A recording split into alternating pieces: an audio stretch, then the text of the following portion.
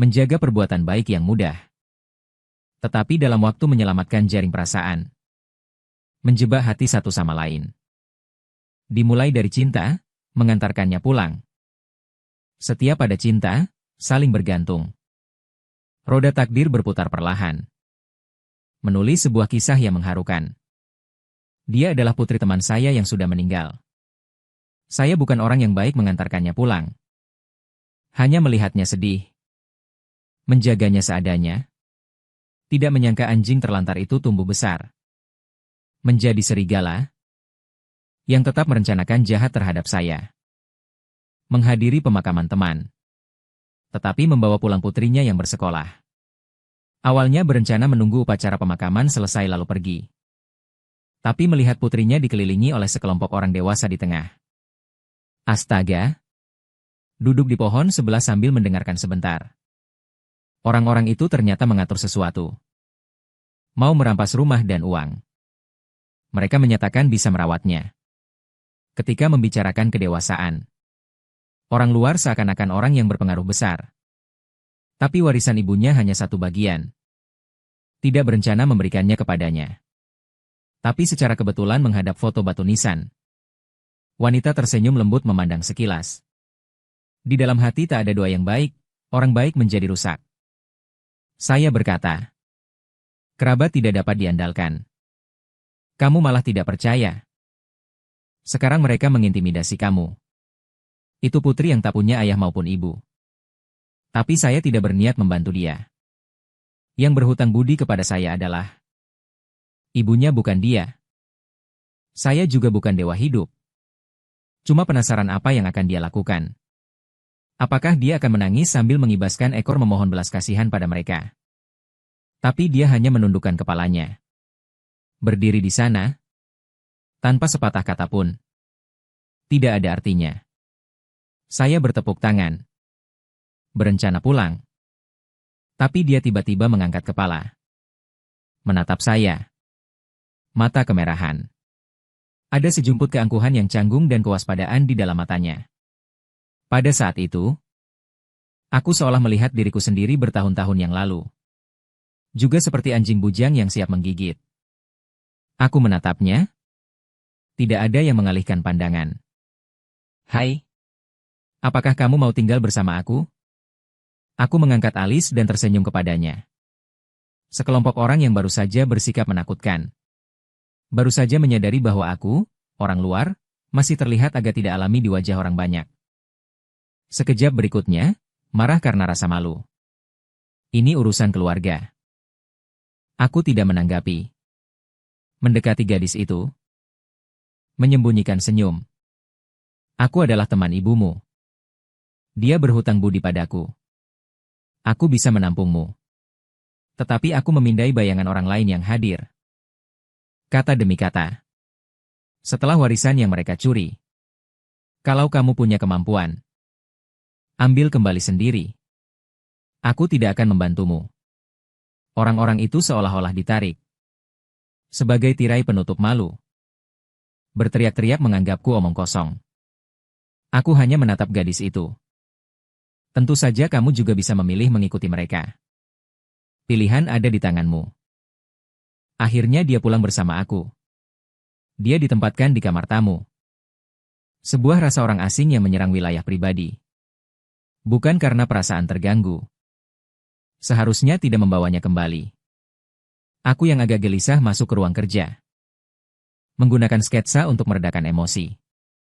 Keesokan harinya aku dibangunkan oleh pesan WeChat dari klien. Tadi malam setelah selesai mengedit, langsung aku kirimkan ke klien. Ini adalah proyek pertama yang diterima setelah mendirikan studio desain. Katanya hanya studio. Sebenarnya hanya aku dan sahabatku yang menjalankannya. Klien sulit dipuaskan. Hanya kurang permintaan yang berwarna-warni dan gelap seperti itu. Untungnya revisi tadi malam. Pihak lain akhirnya puas. Menggosok leher yang kaku. Keluar dari ruang kerja. Melihat bayangan diam di samping meja makan ruang tamu. Bangun. Siapkan diri untuk mencuci muka dan sikat gigi. Jika Anda tidak menandatangani, saya tidak akan tinggal di sini lagi. Bikin mengganggu. Di sini berlagak sok sentimental. Saya sangat ingin berteriak kepadanya. Tapi melihat keseriusan dan keras kepala di mata Bai Ningbing. Melihat gadis Chen Guangming yang berdiri tegak. Saya tiba-tiba menyadari. Ini bukan hanya sekedar surat hutang. Perjanjian. Itu adalah harga diri berhati-hatinya sebagai orang yang kehilangan rumah. Saya kembali, mengambil pena dengan lancar, dan menandatangani namanya di kolom pihak A. Fang Yuan melihat orang di seberang tampak seperti menghela napas lega. Saya agak tertawa dan berkata, "Beres-beres dulu, pergi makan sarapan di luar. Lalu pergi ke supermarket membeli kebutuhan hidupmu. Jika tidak salah ingat, dia akan mulai sekolah dalam 2 minggu. Pergi butuh apa nanti?" Dan malam itu saya meliriknya. "Perkiraan sekarang kerabat kamu sudah pindah ke rumahmu. Sebelum ke supermarket, saya juga mengantarmu pulang sekali. Jika ada sesuatu yang gak bisa dilepas, ambil sendiri. Setelah kembali, panggil aku Fang." Saya agak kebingungan. Perbedaan usia kami cukup, panggil saja aku paman. Tidak terlalu banyak, panggil saja kakak. Juga agak aneh. "Fang Yuan, saya bisa masak. Tidak perlu makan di luar." Sambil berkata itu, dia bangkit menuju kulkas di dapur. "Oke. Panggil saja dengan nama langsung juga tidak apa-apa." Namun 1 detik berikutnya, dia tak dapat menyembunyikan keterkejutannya, menoleh ke arahku. Saya lupa, di kulkas rumahku cuma ada alkohol, tetap alkohol. Akhirnya kami tetap keluar makan sarapan. Lalu kembali sekali. Rumah aslinya. Saya tidak naik ke atas. Dalam kurang setengah jam, dia turun. Hanya membawa buku foto ibunya dan pakaian. Warna wajahnya tak begitu baik. Keliling mata agak merah. Kerabat mungkin tidak mengatakan hal baik. Tapi saya tidak menghiburnya. Saya tidak berkewajiban menenangkan emosinya. Beberapa hal harus dihadapi sendiri. Menyetir mobil pergi ke supermarket.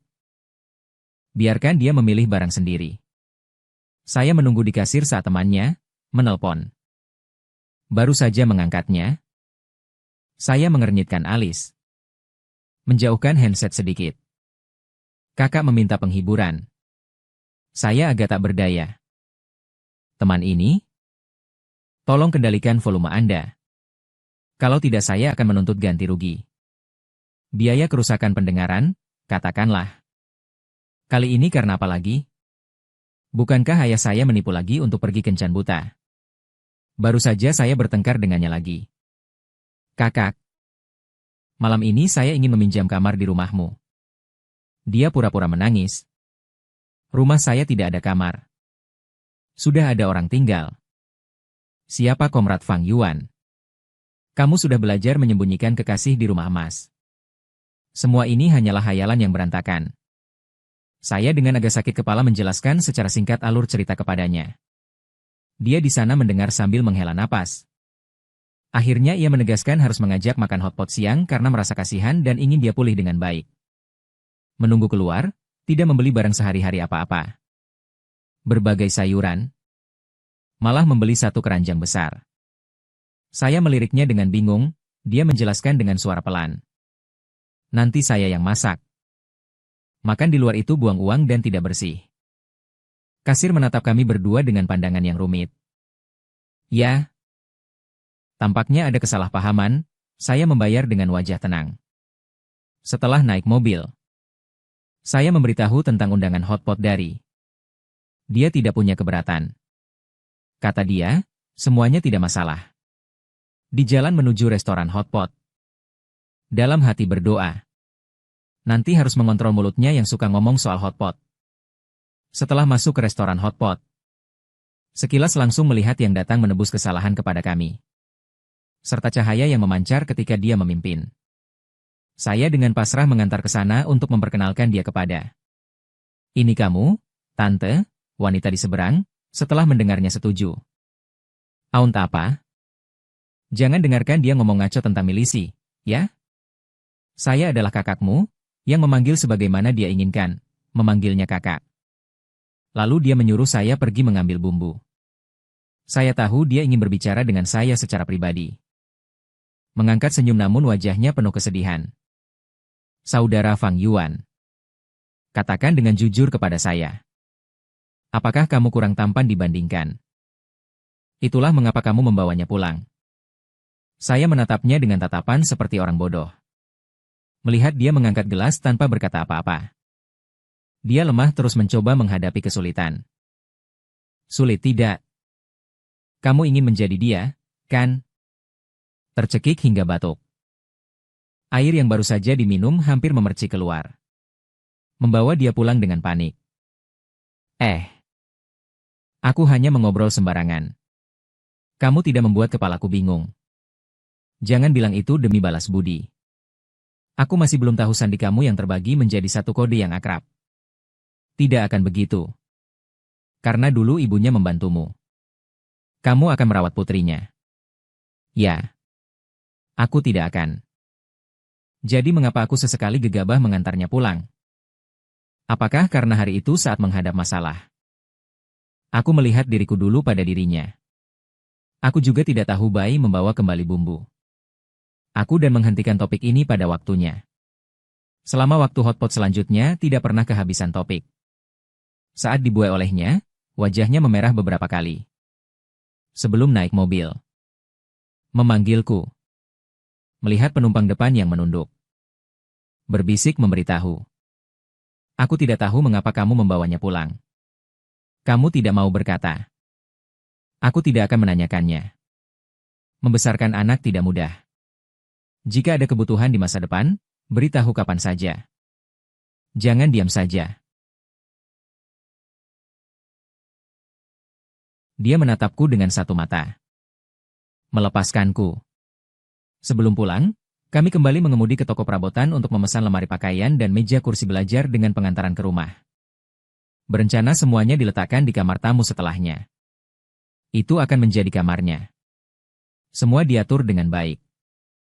Setelah pulang, aku kembali ke kamar tidur untuk tidur lagi. Biarkan mengatur sendiri. Sore, aku terbangun karena aroma makanan. Juga masih bingung. Masuk ke ruang tamu. Di bawah cahaya lampu berwarna hangat. Sedang membawa piring demi piring keluar dari dapur. Aku melihat meja penuh hidangan dan dengan bingung menatapnya. Aku sepertinya membawa pulang seorang gadis sipu tanah. Sedikit malu. Tidak tahu apa yang kamu suka, jadi aku membuat lebih banyak. Tanpa sengaja aku membuat terlalu banyak. Maaf. Aku memberi isyarat dengan tangan bahwa tidak apa-apa. Duduk di samping meja makan masih agak kebingungan. Jadi ini rasanya ada orang yang masak di rumah, ya?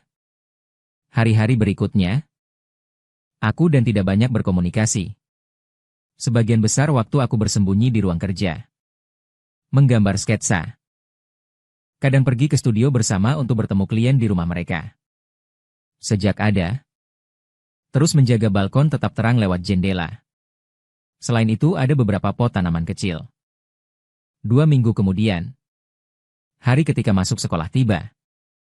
Membawanya ke sekolah untuk melapor. Hari itu, aku baru dari mulut guru mengetahui bahwa dia mendapatkan nilai akhir semester. Juara pertama di seluruh sekolah. Itulah yang dia katakan, nilai cukup bagus. Berbalik melihat telinga gadis yang memerah dan punggungnya yang sedikit tegak. Hatiku terasa geli. Sedikit seperti kucing. Karena sekolah dekat dengan rumah. Akhirnya aku menanyakan pendapatnya. Memutuskan untuk bersekolah di siang hari, tidak asrama. Keesokan harinya aku pergi ke mall membeli sepeda untuknya. Sejak itu dia memulai kehidupan kelas 2 SMA. Dan aku pun sepenuhnya fokus pada studio. Sekejap tiba liburan panjang nasional. Aku tidak menyangka hari pertama liburan tiba-tiba sakit. Mungkin beberapa waktu lalu saat sibuk kerja terlalu tegang. Tiba-tiba melonggar. Justru menjadi sakit. Sekolah mengadakan pelatihan intensif. Dia berangkat sejak pagi sekali. Selama liburan tidak ada di rumah. Aku ambil obat seadanya dari lemari ruang tamu. Dan meminumnya dengan air dingin. Dengan bingung terus kembali ke kamar untuk tidur. Bangun lagi. Ternyata yang bangun Terdengar samar suara sesuatu di balik di ruang tamu. Maksakan semangat. Memegang sebuah buku tebal di tangan. Dengan langkah ringan berjalan ke ruang tamu. Berhadapan mata dengan orang di ruang tamu. Saya agak malu meletakkan buku yang diangkat. Bagaimana dia kembali? Belum membawa apa-apa. Saya bertanya kepada. Sambil mengatupkan mulut. Dengan tangan memegang, ia berjalan ke arah saya. Saya tidak sempat menanggapi. Dengan agak kebingungan menatapnya mengukur suhu saya. Kamu demam? Dia melihat angka yang ditunjukkan. Wajahnya kembali lebih muram beberapa tingkat. Tidak heran seluruh tubuh terasa nyeri. Kenapa kamu kembali? Berbalik menaruh ke dalam laci. Lalu mengambil obat di atas meja dan melihatnya. Kembali mengambil buku yang terlupa di bawah. Melihat obat di ruang tamu, menebak kamu sakit. Jadi tidak jadi cuti dari guru untuk latihan. Saya mengerutkan alis. Saya bisa merawat diri sendiri. Cepat kembali ke latihan. Dia mengambil gelas air yang dulu saya minum dan menatap saya. Jadi kamu hanya minum air dingin untuk merawat diri. Lalu sembarangan mengonsumsi obat. Saya sesaat tersedak. Ada perasaan seolah-olah dia yang menjadi orang tua. Di rumah tidak ada obat penurun panas lagi. Saya pergi keluar membeli obat. Ada air panas yang sudah direbus di dapur. Kamu dulu minum sedikit. Setelah berkata itu, dia memegang kunci dan keluar pintu. Sebelum saya duduk di sofa melamun. Saya pernah pergi sendiri ke rumah sakit untuk operasi apendisitis akut. Dirawat rumah sakit seorang diri. Setelah itu, diketahui oleh bahwa dia berair matanya. Menyalahkan saya tidak menganggapnya teman. Sebenarnya bukan begitu. Saya hanya tidak terbiasa bergantung pada orang lain. Dalam bawah sadar. Saya tidak ingin menjalin hubungan intim dengan siapapun. Menarik kembali pikiran kacau saya. Bai Ningbin masuk dengan sedikit sesak napas. Keringat halus muncul di dahi. Dia kembali berlari. Dia pergi ke dapur dan menuang kembali segelas air panas. Lalu dia berjongkok di depan saya, mengeluarkan obat, dan mengamatinya dengan teliti. Menunjukkan bahwa saya menatapnya tanpa ekspresi. Merasakan semua hal seperti dirawat oleh orang lain. Bagi saya terlalu asing. Bai Ningbing akhirnya tidak kembali ke latihan. Di bawah pengawasannya, saya segera pulih. Saya juga pernah membiarkannya memanfaatkan liburan untuk pergi mencari teman bermain. Tapi dia hanya menggelengkan kepala. Memilih untuk tinggal di rumah bersama saya. Di rumah, kadang kami pergi belanja sayur bersama. Kadang di siang hari kami menutup tirai dan bersembunyi. Di ruang tamu menonton film lama. Kadang sore setelah makan, kami pergi jalan-jalan di taman bawah. Namun komunikasi kami masih tidak tepat. Hari terakhir liburan. Xiao Rongyu membawa bahan-bahan hotpot. Dengan ekspresi pucat ia datang ke pintu. Setelah melihat saya, kata pertama yang diucapkannya. Pria itu kembali ke negaranya. Pria yang disebut Xiao Rongyu adalah teman kuliah kami, Chen Hansheng. Meskipun Xiao Rongyu tidak ingin mengakui. Selama bertahun-tahun ia selalu menolak perjodohan. Hal itu juga karena konflik antara dia dan Chen Hansheng. Dia hanyalah penonton. Saya mengerti dengan jelas. Tapi tidak enak untuk mengatakannya. Saya dan Xiao Rongyu tidak begitu pandai memasak. Akhirnya Bai Ningbing membawa bahan makanan masuk ke dapur bersama Xiao Rong. Mengikuti di belakangnya. Dengan terbiasa membuka kulkas. Ingin mengambil minuman keras.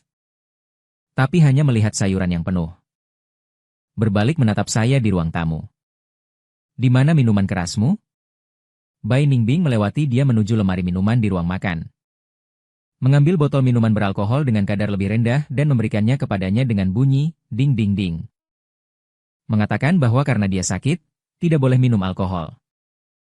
Di dalam hati saya ada getaran. Dengan sedikit gugup saya menatap Xiao Rongyu. Benar saja. Detik berikutnya, Xiao Rongyu langsung menuduh saya. Setiap kali sakit, aku tidak memberitahunya. Aku menjelaskan, hanya flu biasa dengan demam, tidak ada yang serius. Aku menyempatkan diri menatap sosok yang sibuk di dapur. Aku agak curiga bahwa Bai Ningbing melakukannya dengan sengaja. Jadi aku harus mengalihkan pembicaraan. Chen Hansheng kembali ke negara untuk menemuimu. Xiao Rongyu meneguk sedikit minuman. Sedikit murung. Dia meneleponku dan mengatakan ingin minum. Sambil berkata baik. Dia menaruh gelas minum itu dengan berat di atas meja teh. Dia begitu bersemangat hingga mengira dirinya siapa. Dengan apa dia berani mengira aku akan menunggu begitu banyak pemuda-muda menantikan aku yang manja? Melihatnya berlaga seolah-olah santai. Aku mengulurkan tangan kepadanya. Dengan sengaja berkata, "Berikan ponselmu padaku. Aku akan menelponnya. Supaya dia tidak lagi mencarimu di masa depan." Xiao Rongyu terkejut selama 1 detik. Lalu seperti seekor hamster kecil, menyembunyikan ponsel ke dalam dadanya. Dengan sedikit rasa bersalah. "Kamu ngapain, sih?" Juga menggoda aku. Aku menghela napas. Aku ingin kamu menghadapi hatimu. Namun dia juga tak bisa pergi ke luar negeri berlama-lama tanpa suara. Lalu kembali dengan satu kalimat yang ringan dan melayang. Katanya ingin minum-minum. Anggap saja tahun-tahun perpisahan itu tidak tersimpan dengan baik. Maka Xiao Rongyu menundukkan kepalanya, duduk, lalu menepuk bahunya. "Baik. Jadi kamu periksa dulu." Dia menunggu. Bai Ningbing menyajikan hotpot. Xiao Rongyu sudah menghabiskan sebotol minuman. Di atas meja, dia masih memaksa Bai Ningbing untuk minum bersama. Aku tersenyum tak berdaya. Dia masih anak-anak. Minum apa ini? Xiao Rongyu tidak menganggapnya penting. Ningbing hampir dewasa. Minum sedikit tidak masalah. Aduh. Kawan Fang Yuan. Jangan terlalu kaku. Oke tidak? Kemudian aku melihat dengan mata terbuka saat Bai Ningbing diam-diam menyerahkan minuman itu. Aku tidak mengurusi lagi. Makan malam ini berlangsung lama. Meskipun Xiao Rongyu sepanjang perjalanan terus tertawa geli. Tapi saya tahu dia sebenarnya sangat tidak nyaman di dalam hatinya. Betapa sangatnya dia peduli pada urusan Chen Hansheng yang pergi ke luar negeri pada waktu itu. Begitulah besarnya luka baginya. Selama bertahun-tahun ini, dia terus menunggunya. Akhirnya, Bai Ningbing sudah mulai mabuk kebingungan. Tapi Xiao Rongyu tiba-tiba bertingkah seperti orang mabuk. Mengatakan ingin Chen Hansheng menjemputnya. Menghadapi 2 pemabuk, 1 besar dan 1 kecil. Pelipis saya berdebar-debar. Sebelum menolong Bai Ningbing kembali ke kamar dan berbaring, dia masih mengoceh. Meminta saya tidak perlu merapikan piring dan sendok. Besok paginya dia akan bangun dan merapikannya. Saya tertawa. Merasa kepribadiannya seperti seorang nenek kecil. Kembali ke ruang tamu. Berjongkok di depan Xiao Rongyu. Apakah kamu benar-benar yakin ingin meneleponnya sekarang? Saya tahu. Kamu tidak mabuk. Xiao Rongyu menjadi tenang. Setelah cukup lama, barulah dia berkata, aku sangat merindukannya. Saya melihat dia pelan-pelan berkata, baik. Saya mengerti. Mengambil teleponnya, menelpon Chen Hansheng ke kamar. Memberitahunya alamat rumah saya. Lalu saya menunggu bersama Xiao Rongyu kira-kira setengah jam. Bel pintu berbunyi. Xiao Rongyu yang semula berbaring tiba-tiba duduk tegak. Lalu ia menuangkan segelas minuman untuk dirinya. Kembali berbaring. Saya menggelengkan kepala dengan tak berdaya. Melihat pria di luar pintu. Setelah bertahun-tahun tak bertemu. Aura dingin pada dirinya menjadi lebih terasa. Namun alis dan matanya menunjukkan jejak pertemuan yang tak dapat disembunyikan. Saya dan dia saling mengangguk. Sambil memiringkan badan, saya mengizinkannya masuk. Dia berlari cepat menuju Xiao Rongyu. Memeluknya erat. Dengan suara hangat memanggil nama Xiao Rongyu. Kedinginan menghilang. Itu adalah kelembutan yang khusus milik Xiao Rongyu. Saya hanya berdiri di lorong masuk, menatap mereka. Dalam keheranan. Seperti kembali ke kampus. Saat itu, Xiao Rongyu tidak sedikit-sedikit yang sengaja berpura-pura mabuk. Setiap kali selalu membuatku menelepon. Meminta Chen Hansheng untuk menjemputnya. Anak muda yang dingin selalu datang dengan tergesa-gesa.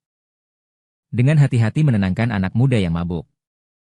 Adegan dalam ingatan tumpang tindih dengan adegan di depan mata. Seolah-olah semuanya tidak berubah. Chen Hansheng setengah menggendong setengah memeluk Xiao Rongyu sambil membawanya keluar pintu. Aku melihatnya tertanam di lekukan lehernya.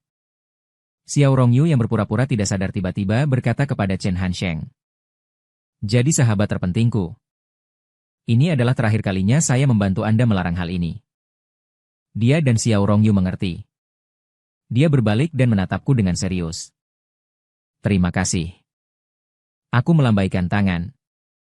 Menutup pintu. Keesokan harinya aku pergi ke studio. Melihat daun stroberi menempel di leher. Xiao Rongyu yang datang terlambat dengan senyum di mataku. Tanpa mengucapkan sepatah kata, Xiao Rongyu malah melontarkan sebuah kalimat yang jelas mengungkapkan kebenaran. Aku belum menyetujui. Tapi kami berdua tahu. Itu hanyalah urusan waktu. Dia dan Chen Hansheng seolah-olah bermain permainan tarik ulur dengan akhir yang sudah ditulis. Secara jujur, aku mengagumi keberanian Xiao Rongyu. Mengagumi dia yang berani menyerahkan hati yang mabuk kepada orang lain. Tidak seperti diriku yang sepertinya telah kehilangan kemampuan mencintai seseorang. Pekerjaan ini, berkat kerjasama antara aku dan Xiao Rongyu. Perlahan-lahan masuk ke jalur yang tepat. Aku memiliki banyak waktu luang. Saat Bai Ningbing pergi ke sekolah, aku pergi ke stasiun metro sendirian. Melihat orang-orang datang dan pergi di platform.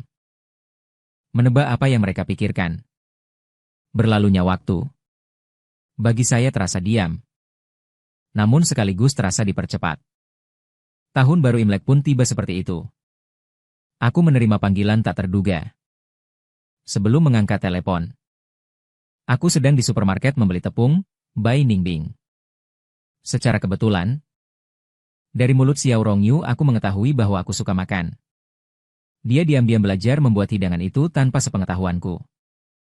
Aku berpikir malam ini akan menunjukkan kemampuan. Tapi di rumah tidak ada lagi tepung.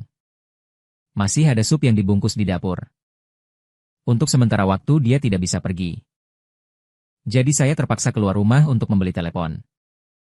Pria di ujung telepon itu adalah ayah saya. Saya tidak tahu bagaimana dia mendapatkan nomor saya. Menyambungkannya. Dia hanya mengatakan satu kalimat. Bibi kamu merapikan kamar. Dia menemukan surat yang ditinggalkan ibumu untukmu. Kamu sendiri harus kembali mengambilnya. Lalu dia menutup telepon. Aunt yang dia maksud. Secara resmi adalah ibu tiri saya. Dia hanya memaksa saya mengasuh anak yang belum mencapai 10 tahun. Saya mengirimkan pesan kepada Bai Ningbing. Akhirnya saya tetap mengemudi kembali ke rumah itu. Itulah pintu yang dibukakan oleh wanita itu untuk saya. Surat itu, saya masih berdiri di depan pintu. Tidak ada niat untuk masuk. Ayah saya berjalan dari ruang tamu ke arah saya. Dengan nada yang tidak bersahabat. Tidak mau memanggil orang. Saya ke Zizuo ingin segera pergi dengan dorongan. Lalu saya kembali berbicara kepada wanita itu. Seakan khawatir kami berdua akan berkelahi. Saat saya kembali ke ruang tamu dengan tergesa-gesa. Memegang surat di tangan. Dengan mata yang berusaha menyenangkan dan menguji. Makan dulu, lalu pergi. Kesabaran habis. Saya meraih surat dari tangannya. Berbalik dan pergi. Di belakang terdengar teriakan kemarahan ayah saya. Kenapa kamu menahannya? Aku seakan-akan tidak mengakui anak ini. Langkah saya belum berhenti. Hingga saya kembali duduk di mobil, baru menyadari. Tangan yang memegang surat bergetar sedikit. Proses membuka surat seperti diperlambat dengan efek gerakan lambat. Sampai baris pertama yang familiar muncul di pandangan. Masalah antara ayah dan ibu. Ah Yuan, jangan memikulnya sendiri. Aku tiba-tiba melipat surat itu dan hilang. Keberanian untuk terus membaca ke bawah. Aku tiba-tiba ingin tertawa. Mulai tertawa terbahak-bahak yang tak dapat ditahan. Ibu adalah wanita hangat yang suka membaca buku. Ayah saya adalah pedagang yang hanya pandai menghasilkan uang. Dulu, Ayah saya jatuh cinta pada pandangan pertama kepada ibu. Mengejarnya dengan tekad mati-matian. Namun ibu tidak tergerak. Tetapi ayahku meyakinkan nenek. Akhirnya di bawah tekanan nenek, ibu tetap menikah dengan ayahku. Awalnya, ayahku sangat baik kepada ibu. Keluarga kami pernah melewati masa yang sangat bahagia dan sempurna. Namun kemudian tubuh ibu semakin memburuk. Ayahku mulai berhubungan dengan wanita lain. Ibu mengajukan perceraian. Namun ayahku tidak setuju dan terus menahan. Kemudian kondisi ibu semakin parah. Masuk rumah sakit. Ayahku semakin kejam dengan terang-terangan membawa wanita luar ke dalam rumah. Sampai hari itu, ibu dalam keadaan kritis. Aku sendiri menunggu di luar ruang operasi. Aku meneteskan air mata sekali. Terus-menerus memanggil ponsel ayahku. Mengirimkan tak terhitung pesan singkat. Meminta ayahku datang ke rumah sakit. Namun panggilan dan pesan semuanya menghilang tanpa jejak. Sampai ponsel kehabisan baterai. Mati secara otomatis, lampu ruang operasi padam. Ibu seluruh tubuhnya ditutupi kain putih dan didorong keluar. Di telinga terdengar perawat. Berkali-kali menanyakan padaku. Bagaimana dengan ayahmu? Aku tidak mengucapkan sepatah kata pun. Hanya menatap keras arah ibu yang dibawa pergi. Mata terasa perih. Kemudian ayahku masih terlihat dengan bekas samar di lehernya. Ternyata ketika ibu terbaring di atas meja operasi, dia sedang berbaring dengan wanita lain di tempat tidur rumah. Aku tidak mengerti mengapa dia yang dulu begitu mencintai ibu kini berubah hati. Kurang dari sebulan setelah ibu meninggal, ayahku langsung mengajukan untuk menikahi wanita itu. Aku tidak setuju pada awalnya. Namun ayahku berkata, jika aku tidak setuju, maka keluar saja. Kakek dan nenek dari pihak ibu meninggal lebih awal. Aku terpaksa mencari kerabat lain dari pihak ibu. Harap mereka dapat keluar untuk memimpin upacara. Namun semuanya dibeli dengan uang oleh ayahku. Pada hari ayahku menikahi wanita itu, aku melarikan diri dari rumah. Tahun itu aku berusia 16 tahun. Sejak itu aku tidak pernah kembali ke rumah itu lagi. Untuk menghidupi diri sendiri. Aku pernah mengerjakan berbagai pekerjaan paruh waktu. Banyak bos berjiwa hitam suka mempekerjakan anak di bawah umur. Karena murah dan mudah untuk ditekan. Masa itu meski dihantam keras oleh masyarakat. Tapi setidaknya bisa menghidupi diri sendiri. Kemudian aku bertemu Ibu Bai Ningbing. Dia baik hati tanpa memperhatikan ketegangan yang kaku pada diriku. Dengan lembut namun tegas dia menarikku keluar dari rawa.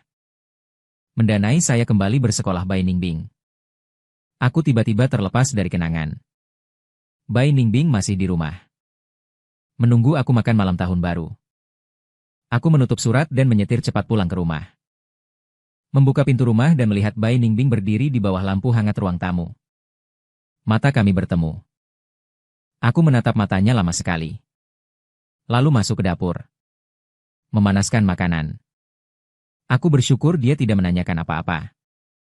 Setelah makan, kami berdua duduk di sudut sofa. Tapi tidak menyalakan televisi untuk menonton gala tahun baru karena terlalu ramai. Namun tidak melakukan apa-apa. Yang membuat suasana terasa terlalu sepi. Jadi aku memintanya menggunakan aplikasi di ponsel untuk memutar lagu secara acak. Begitulah. Keduanya diam-diam mendengarkan lagu.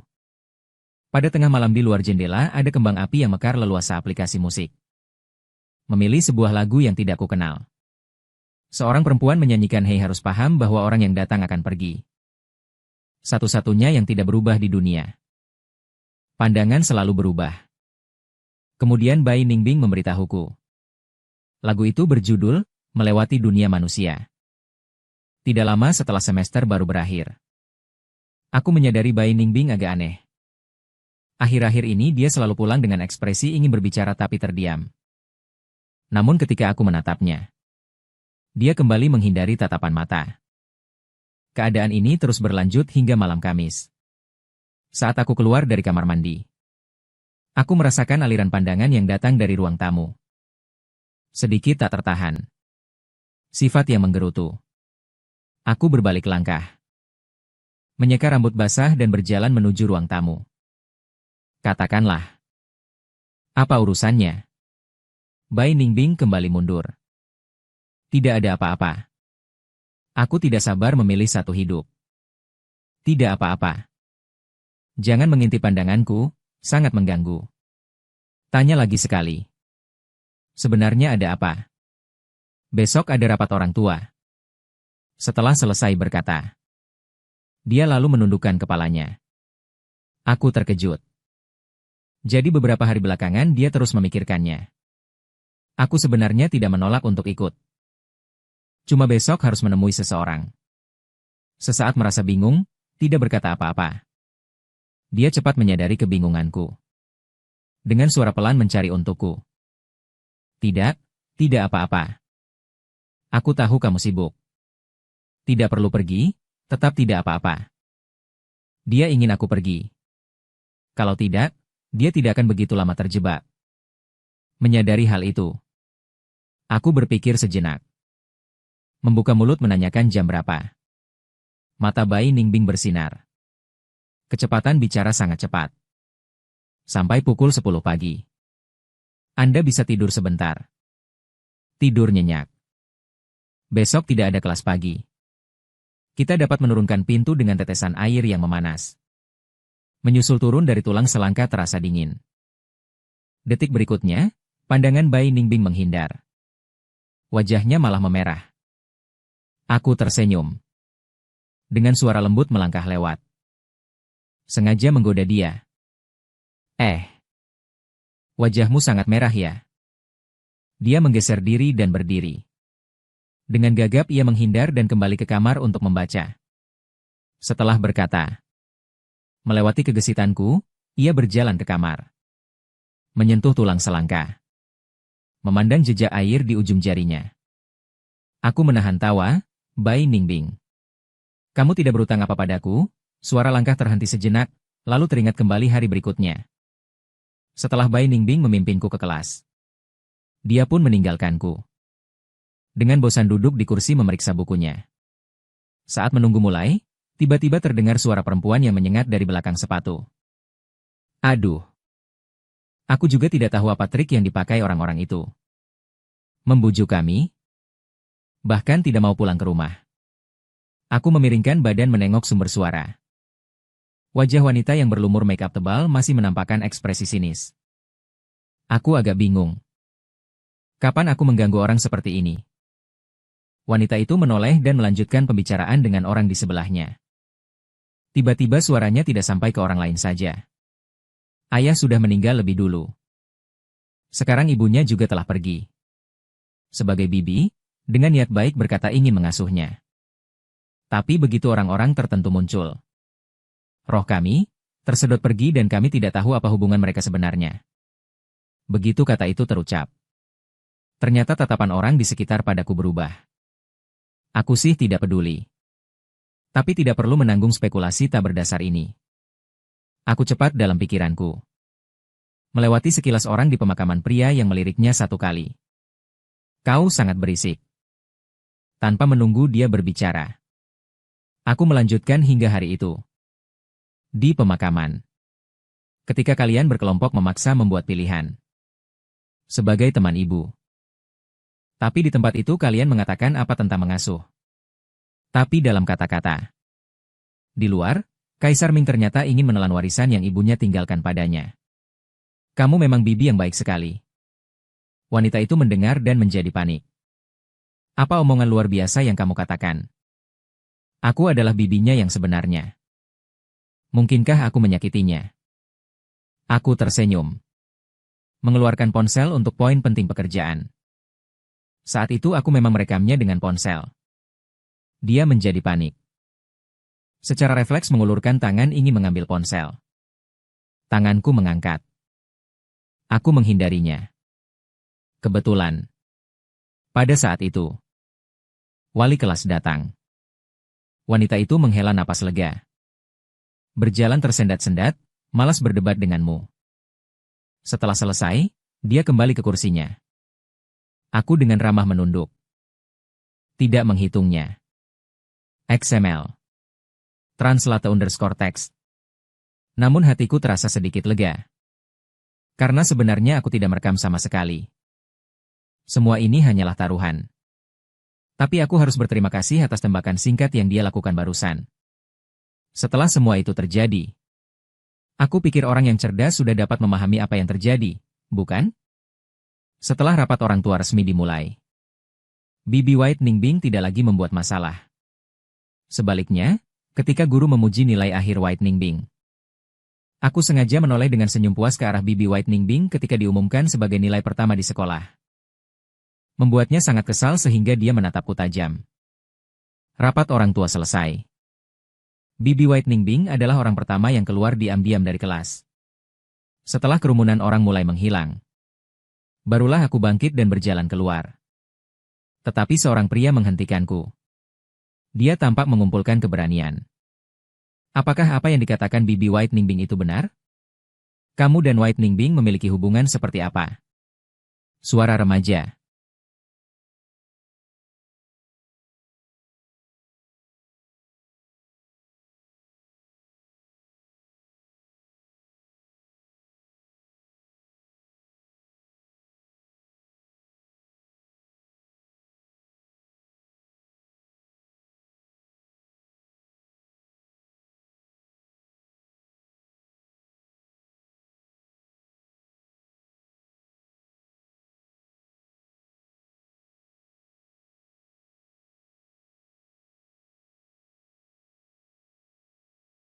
Melihat ekspresi Bai Ningbing yang tak terpengaruh, aku bercanda. Tidak mau mengejar pacar kecilmu. Dia menatapku dengan pandangan yang tidak jelas. Mengeluarkan sebuah kalimat konyol. Aku sering merasa tidak mengerti Bai Ning. Namun kadang ia membawa rasa malu dan kehati-hatian seperti orang yang tergantung pada orang lain. Namun kadang, ia kadang tanpa sengaja menunjukkan sedikit kedewasaan dan ketajaman. Dan aku selalu merasa yang kedua itu adalah dirinya yang sebenarnya. Sudahlah. Tidak jadi memikirkannya. Aku masih ada urusan, dulu aku pergi. Aku segera bergegas ke tempat parkir. Tidak melangkah jauh. Suara langkahnya mengikutinya. Kenapa kamu masih mengikutiku? Tidak ada kelas sore. Aku berbalik dan menatapnya dengan kebingungan. Bai Ningbing melangkah cepat beberapa langkah sejajar denganku. Hari ini kepala kelas memberi izin khusus untuk libur. Lalu kamu dulu pulang, belum selesai. Kemana Bai Jiaobing akan pergi? Bolehkah aku ikut pergi? Dia hari ini sangat aneh. Ada rasa melekat yang tak terjelaskan. Aku berpikir sejenak. Mendekat dengan sikap misterius. Bisa main catur. Jarak mendekat. Dapat jelas melihat sekejap kebingungan dan pertanyaan di mata gadis itu. Namun dia tetap mengangguk. Jadi aku mengemudi membawanya ke rumah perawatan. Hari ini aku akan pergi melihat pensiunan profesor universitasku. Di jalan menuju sana. Pertama menelepon rumah perawatan. Orang tua itu masih menyimpan dendam padaku lama. Jika tidak mengunjunginya, bahkan teleponnya dijawab oleh perawat. Lewat telepon terdengar. Dia sengaja berbicara dengan suara keras. Memintanya jangan pergi. Aku tersenyum tak berdaya kepada perawat. Sekitar setengah jam lagi sampai ke Bai Ningbing. Selama perjalanan menatap mobil dengan tenang. Jendela di luar juga tidak takut. Aku menjualnya. Sampai di kamar panti jompo. Lalu melihat siluet belakang orang tua itu yang keras kepala dan sengaja. Aku mengusap pelipisku. XML. Translate_text. Dengan berlebihan. Murid terpilihmu datang menemuimu. Bahu kakek bergetar sedikit. Tetap tidak menahan diri. Memutar badan. Menatap dengan wajah kaku. Saya tidak memiliki murid serumit kulit wajahmu. Saya mendorong Bai Ningbing ke depan sedikit sambil berkata manis. Dia pandai bermain catur, loh. Ternyata tatapan Inglo bersinar. Inglo tidak punya anak. Setelah itu enggak. Dia pernah berusaha menikah demi satu-satunya cintanya. Baik. Yaitu bermain catur. Tapi sayangnya saya tidak bisa. Dia pernah mencoba mengajariku. Tapi sayangnya saya memang tidak berbakat. Dia hanya menyesal dan menyerah. Namun sifat kakek masih sombong. Jelas dia mengharapkan aku benar-benar pergi.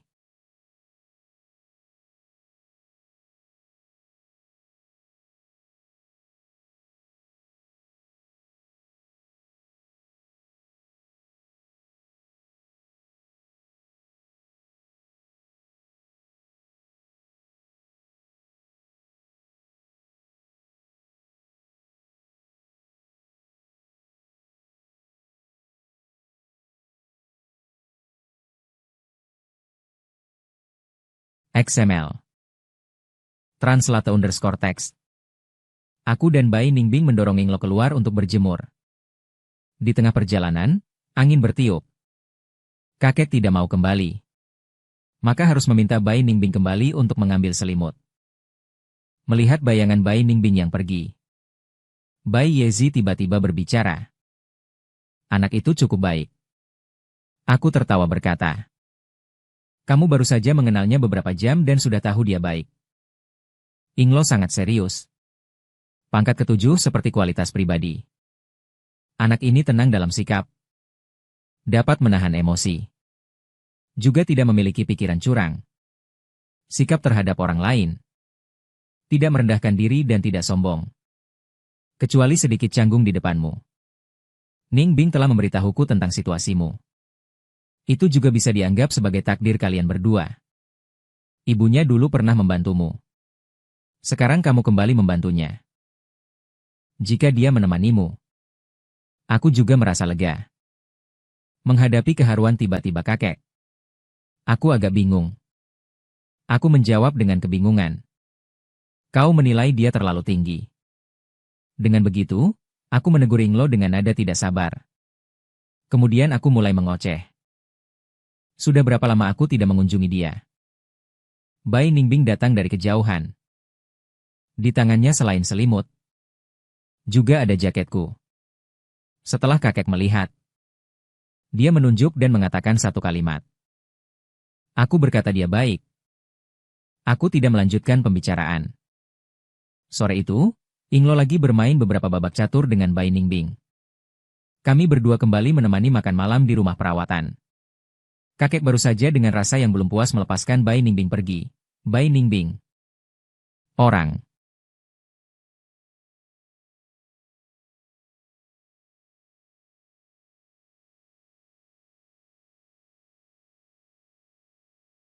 Suara yang marah dan frustasi mengelilingi gerbong. Apakah kamu lagi mengirim uang? Berapa kali aku sudah bilang? Aku punya uang. Uang yang kamu susah payah dapatkan? Simpan saja untukmu. Besok aku akan minta panti jompo mengembalikan uang kepadamu. Aku mengarahkan mobil ke pinggir jalan dan berhenti. Aku membersihkan tenggorokanku. Aku tahu kami yang pensiun punya uang. Tapi itu tidak bertentangan dengan aku mengeluarkan uang. Lagi pula, saat kuliah, aku makan bersama istri guru berkali-kali. Aku belum membayarnya. Itu dianggap sebagai uang makan. Kamu buang angin, siapa yang makanannya mahal? Istri gurumu tahu. Pasti dia memaki aku sampai mati. Orang tua itu marah sampai suaranya pecah. Aku tak punya pilihan selain diam. Membiarkan dia mengumpat di ujung telepon. Hanya pada akhirnya, dia sekali lagi meminta panti jompo mengembalikan uangku. Aku meneguk leherku lalu menjawab. Kalau begitu, aku tidak akan lagi membawakan Bai Ningbing menemanmu. Keheningan menyelimuti beberapa detik. Lalu terdengar bunyi, pak. Dia menutup telepon. Bai Ningbing tiba-tiba tertawa. 1 detik kemudian aku juga tertawa. Beberapa hari kemudian, aku tetap patuh. Kembali ke panti jompo menerima cercaan. Bicara bolak-balik. Akhirnya urusan ini selesai. Sebelum pergi, orang tua yang pensiun menegaskan lagi. Aku akan bawa Bai Ningbing lain kali. Tapi di semester 2 kelas 2, tugas belajar Bai Ningbing menjadi jauh lebih berat. Saat rapat orang tua dulu, setiap orang menempelkan nama universitas tujuan di meja mereka. Bai Ningbing ingin masuk ke fakultas hukum terbaik di dalam negeri. Meskipun aku tak pernah menuntut apa-apa dari belajarnya. Tapi ia seakan menahan napas terus menggapai targetnya. Di tengah jalan aku membawa Bai Ningbing ke panti jompo. Beberapa kali cuaca makin panas. Kalau bukan karena Xiao Rong menelpon menanyakan rencana liburan. Aku hampir lupa. Liburan musim panas akan segera tiba. Baik. Kakak. Kamu mau bawa Ningbing menemani saya pergi? Bukankah kamu suka selancar? Dan Ningbing juga perlu bersantai. Saya melirik Bai Ningbing yang sedang mengupas buah di samping meja teh. Bergeser ke belakang, bersandar di sofa. Malas. Tahun ini terlalu panas. Tidak mau bergerak. Xiao Rongyu di ujung telepon, oh. Di ruang bawah tanah, tubuhmu dengan otot-otot yang sempurna tidak terlihat. Benar-benar sia-sia. Dia hampir berteriak. Saya yakin Bai Ningbing mendengarnya. Karena telinganya tiba-tiba menjadi merah. Setelah itu, dia menyerahkan jeruk yang sudah dibungkus rapi kepada saya sambil menggoda pelan, ayo pergi. Saat melihat Chen Hansheng di belakang Xiao Rongyu di bandara, saya tidak merasa terkejut. Xiao Rongyu menarik saya ke samping dan mengeluh. Pria itu terlalu menakutkan. Pagi-pagi sekali, dengan koper, muncul di depan pintu rumah saya. Katanya dia juga mau pergi. Saya menatap kepala orang yang bersangkutan, menyadari pandangan saya. Orang itu meletakkan tangannya di belakang. Ada sedikit rasa bersalah dan kasihan. Baru kembali ke tanah air. Tidak ada banyak teman. Tambahkan saya satu. Tidak apa-apa, kan? Xiao Rongyu ketika mendengar. Terkejut? Kamu terus mempermaini saya. Saya tidak bisa menahan diri, tertawa keluar. Mari bermain bersama. Semakin banyak orang, semakin meriah. Bai Ningbing hanya menyapa di awal. Lalu membantu kami dengan pengiriman setengah barang. Xiao Rongyu mendekat ke telinga saya dengan bersuap-suap. Kenapa terasa Ningbing semakin berkembang? Bagaimana ya? Cantik dan tenang. Ketika kalian berdua baru saja lewat ke sini. Saya membayangkan pasangan yang cocok. Jadilah manusia. Xiao Rongyu, tante. Saya menghela napas. Xiao Rongyu memberi saya tatapan dingin yang agak kesal. Kalimat selanjutnya, kau memang benar-benar orang kuno. Lalu memalingkan kepala dan tidak lagi mengindahkan saya. Aku tiba-tiba teringat malam itu. Malam itu, Bai Ningbing berbisik, ayo pergi. Seperti biasanya, saya mengambil jeruk yang dia serahkan. Namun saya mendengar dia dengan suara tertawa mengucapkan satu kalimat. Lalu saya secara tak sengaja setuju. Setelah naik pesawat, entah tak tahu apa yang dilakukan Chen Hansheng. Dia memindahkan kami ke kursi di sebelah Xiao Rongyu, yang tampak berdua sedang bersitegang. Suara dentuman ringan. Suara itu perlahan-lahan menghilang dan tertidur. Goncangan saat pesawat mendarat membuatku terbangun terkejut. Aku bingung membuka mata. Menemukan bahwa aku tak tahu kapan bersandar di bahu Bai Ningbing. Panasnya napas tersebar di telingaku dan membangunkan aku. Kami terlalu dekat. Aku segera duduk tegak. Jantungku berdebar agak cepat. Mungkin karena sensasi kehilangan berat saat pesawat mendarat. Ada apa? Bai Ningbing menatapku dengan fokus. Aku mengalihkan pandanganku darinya. Menggelengkan kepala. Saat keluar, melihat Xiao Rongyu dan Chen Hansheng melakukan gerakan mengusap bahu yang serupa. Aku dan Bai Ningbing secara sinkron tidak berkata apa-apa. Setibanya di hotel, Xiao Rongyu menunjuk dua kamar. Awalnya Xiao Rongyu dan Bai Ningbing satu kamar. Aku satu kamar sendirian. Sekarang Chen Hansheng pergi ke resepsionis dan membuka satu kamar lagi. Melihat Xiao Rongyu dengan ragu-ragu ingin berkata lalu berhenti. Namun dia tenggelam dalam kegembiraan setelah bermain. Dengan bebas, dia menggandeng Bai Ningbing dan berjalan ke depan. Chen Hansheng agak kecewa mengikuti di belakang. Aku berpikir sejenak. Berbalik dan bersuara cegukan ringan ke arah Chen Hansheng. Chen Hansheng, maafmu kambuh lagi. Chen Hansheng tampak kebingungan sejenak. Lalu segera menyadari. Satu tangan menutup perutnya. Berbicara lemah kepada Xiao Rongyu. Sangat sakit. Wajah Xiao Rongyu berubah. Dengan tergesa-gesa ia berjalan ke sana dan menahan dia. Berkata cemas. Baik-baik saja. Kenapa tiba-tiba mulai sakit perut? Apakah sudah dibawa? Xiao Hansheng menyusut. Tangan di dadanya memegang keras Xiao Rongyu. Tidak memberikan respons langsung. Hanya memanggilnya dengan suara pelan. Saya bersuara dengan tepat. Xiao Rongyu. Kamu dan Chen Hansheng tinggal satu kamar saja. Ada juga seseorang yang mengawasi. Istirahatlah dulu dengan baik. Keluar lagi hanya pada senja. Xiao Rongyu menatap orang di dalam pelukannya. Setuju. Semua berada di satu kamar yang sama. Membawa keduanya kembali ke kamar. Bersama Bai Ningbin ke kamar masing-masing. Kamarnya berada di antara kamarku. Saya Rongbin tiba-tiba di kamar. Kalian menipu kakak Xiao Rongyu, kan? Saya menempatkan jari di tepi bibir. Saya kehilangan kamar mereka berdua. Saya kembali ke kamar. Lalu tidur di satu kamar lagi. Lalu terbangun. Bangun penuh cahaya senja. Bai Ningbing menelpon dan berkata, Xiao Rongyu, mereka sudah menunggu di lobi. Merapikan sedikit. Membuka pintu. Berjalan bersama Bai Ningbin ke lobi bawah. Xiao Rongyu menggerutu tanpa makna ketika melihat saya. Lalu menarik Bai Ningbing berjalan ke depan. Saya bingung menatap Chen Hansheng yang berada di belakang. Dia menunjukkan ekspresi tak berdaya pada saya. Menjelaskan. Saya memberitahunya. Sakit perut sebelumnya dibuat-buat oleh Chen Hansheng. Semua baik. Namun terkadang terlalu jujur saja. Malam ini saya yang bayar, anggap itu sebagai permintaan maaf. Setibanya di kota pantai. Makan seafood adalah hal yang tak terhindarkan. Mencari restoran yang ratingnya cukup bagus. Saat memesan makanan. Bai Ningbin sengaja memesan beberapa hidangan non-seafood. Karena saya tidak makan seafood.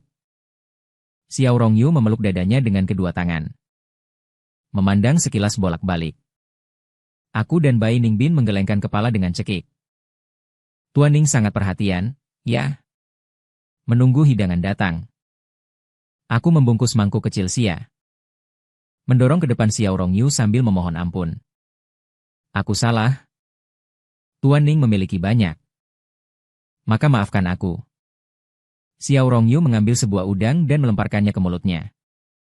Menggigitnya dengan sangat keras. Lalu bersuara dengkus ringan. Aku tahu hal ini sudah terlewatkan. Chen Hansheng di samping diam-diam menyiapkan isian dan hendak memberikannya kepada Xiao Rongyu. Tapi dia mendapat tatapan tajam dari lawan. Xiao Rongyu tidak berdoa dengan baik. Jangan tiru Fang Yuan. Aku masih belum melupakan kemarahanku padamu. Melihat Chen Hansheng yang lesu. Aku hanya bisa menunduk memakan makanan yang dibawa Bai Ningbin. Untuk menghindari tertawa. Setelah makan, Xiao Rongyu lagi berteriak ingin pergi ke pantai mencari Liu untuk minum sesuatu. Baiklah. Malam ini dia sangat mabuk. Dia masih menarik Bai Ningbing berjalan di depan. Keduanya berbisik-bisik. Tidak tahu apa yang mereka bicarakan. Aku dan Chen Hansheng santai mengikuti di belakang. Jadi, kamu sudah pasti kali ini? Aku menatap bayangan belakang Xiao Rongyu. Menanyakan kepada orang di sekitarnya. Chen Hansheng terdiam sejenak. Aku tidak ingin melepaskan lagi. Kataku sambil menghela napas. Cukup baik. Dia tersenyum rileks. Lalu kamu dan Ningbing, apa yang terjadi pada kami? Aku tidak mengerti. Aku juga menjawab bahwa tidak ada apa-apa bagi kalian. Setelah itu, Chen Hansheng mengalihkan topik. Setelah sampai dan duduk, menemukan restoran ini. Juga menyediakan alkohol. Xiao Rongyu memesan untuk Bai Ningbing. Segelas minuman. Butuh aku menemani dia minum. Juga mengusulkan bermain permainan dengan aku. Meminta aku dan kakaknya duduk di satu sisi bar untuk melihat siapa yang lebih sering digoda. Yang kalah membayar tagihan. Saya secara tidak sadar menatap Bai Ning. Bingyan kembali menatap Chen Hansheng. Wajah kedua orang itu menjadi suram. Saya menolak, mengatakan, tidak perlu membayar untuk saya. Xiao Rongyu melirik Chen Hansheng dan tampak tidak senang. Saya masih marah tentang urusan sore itu. Saya kira saya sudah memahaminya. Xiao Rongyu? Ini cara memanggil Chen Hansheng yang tidak menyenangkan. Saya menatap Chen Hansheng dengan rasa bersalah. Saya terpaksa setuju. Mengangkat gelas, saya hendak pergi ke bar. Bai Ningbin meraih saya. Namun Xiao Rongyu menepuknya, lalu saya menepuknya. Tangan menunjukkan bahwa dia tidak perlu khawatir. Dia dengan enggan melepaskan tangannya. Saya sambil dengan semangat yang berkurang mengatasi orang yang mendekat untuk mengobrol. Sambil mengalihkan perhatian. Xiao Rongyu di sana. Dia sudah menenggak beberapa gelas minuman tanpa menolak. Nampaknya dia hampir benar-benar mabuk. Saya sedang berencana mengakhiri perlombaan membosankan ini. Untuk menjemputnya. Chen Hansheng tiba-tiba berdiri dan melangkah cepat menuju Xiao Rongyu. Dengan kuat memeluknya. Menundukkan kepalanya. Pria di depan mereka berdiri. Tepat menghalangi pandangan saya. Saya hanya mendengar teriakan dan peluit dari sana. Lalu pria itu pergi dengan wajah lesu. Chen Hansheng mengangkat kepala jauh ke arah saya. Tersenyum dan ingin pergi keluar. Saya lega. Berencana menemukan alasan untuk menyingkirkan. Orang ini yang gigih menginginkan otoritas di depan mata. Saudara laki-laki kamu. Saya akan membawa kamu pulang. Saya menatap Bai Ningbing yang menghalangi wanita. Ini pertama kalinya dia memanggil saya, kakak, dan wanita yang terpotong itu agak tidak senang. Namun mendengar kata, kakak, itu membuatnya ragu. Hubungan saya dengan Bai Ningbing masih membuat saya bersikeras untuk mempertahankan otoritas. Saya hendak berbicara. Bai Ningbing cepat memberi serangkaian ID WeChat. Menangkap saya. Menjepit pergelangan saya. Dengan nada rendah. Kakak. Saya lewat Bai Ningbing mengangguk kecil dan tersenyum kepada wanita. Merasa tekanan di pergelangan tangan, terasa agak asing. Dengan aura yang tak terlukiskan, agak garang. Saya dengan patuh mengikutinya meninggalkan bar, keluar listrik, melepaskan tangan. Menunduk. Tanpa sepatah kata, mengikutinya di samping. Suasana agak pengap. Angin laut berhembus. Saya sedikit kehilangan rasa mabuk. Baru saja kamu memberi nomor WeChat kamu, kan? Jangan lakukan begitu lagi lain kali. Tidak membalas dengan pertanyaan. Apakah kamu ingin memberikannya padanya? Saya tertawa. Tentu bukan. Bahkan jika kamu tidak muncul. Saya juga memiliki cara, WeChat-nya termasuk privasi pribadi. Jangan sembarangan memberi milikmu kepadanya. Namun aku serius, akan muncul di kemudian hari. Setiap kali aku agak terkejut. Kekerasannya. Anak sudah besar. Memiliki pemikiran yang tidak aku mengerti. Aku tidak menanggapi. Terus perlahan berjalan ke arah hotel selama beberapa saat. Di belakang. Tiba-tiba memanggilku. Saya berbalik, tersenyum melihatnya. Angin laut. Mengangkat sudut bajuku dan rok gadis. Di antara lampu ribuan rumah. Mata gadis bersinar. Dengan tegas dan serius, ia berbicara. Ulang tahun ke-18 saya akan segera tiba. Apakah saya boleh meminta satu harapan darimu? Keseriusan gadis. Menyusul angin sampai di depan mata. Membiarkan tangan secara misterius menimbulkan keengganan. Saya menatapnya ingin melihat maksud di baliknya. Udara menjadi hening selama beberapa detik. Akhirnya dulu memalingkan pandangannya. Saya menundukkan pandangan, merenung. Setelah terdiam sejenak, berkata lagi. Tidak melewatkan kepedihan yang melintas di matanya. Keesokan harinya hingga sore. Menahan Chen Hansheng yang datang terlambat. Melihat dia bersenjata lengkap. Membungkus dirinya dengan rapat. Di lehernya bahkan terikat sepotong kain kecil persegi. Saya bertanya dengan setengah mengerti. Apakah kamu berencana memakai ini untuk berselancar? Dia bersandar di bahu Chen Hansheng. Mengatakan dengan lemah tanpa tenaga. Tidak ada tenaga lagi. Hari ini melihatmu bermain dengan Chen Hansheng. Wajah penuh kegembiraan dan kebahagiaan. Satu tangan dengan lembut memijat pinggang Xiao Rongyu. Aku langsung mengerti dan memberi acungan jempol kepada Chen Hansheng. Membuat wajah kecil Xiao Rongyu memerah dan ingin melompat untuk memukul. Aku terus berkeliling sambil bergurau dan bertengkar. Mencapai pantai. Mata melihat banyak pria tampan dan wanita cantik yang berpakaian ringan. Bai Ningbing tidak bisa berenang. Chen Hansheng harus menemani Xiao Rongyu. Jadi akhirnya hanya aku yang masuk air dan melepas kaos teh. Terdengar di telinga.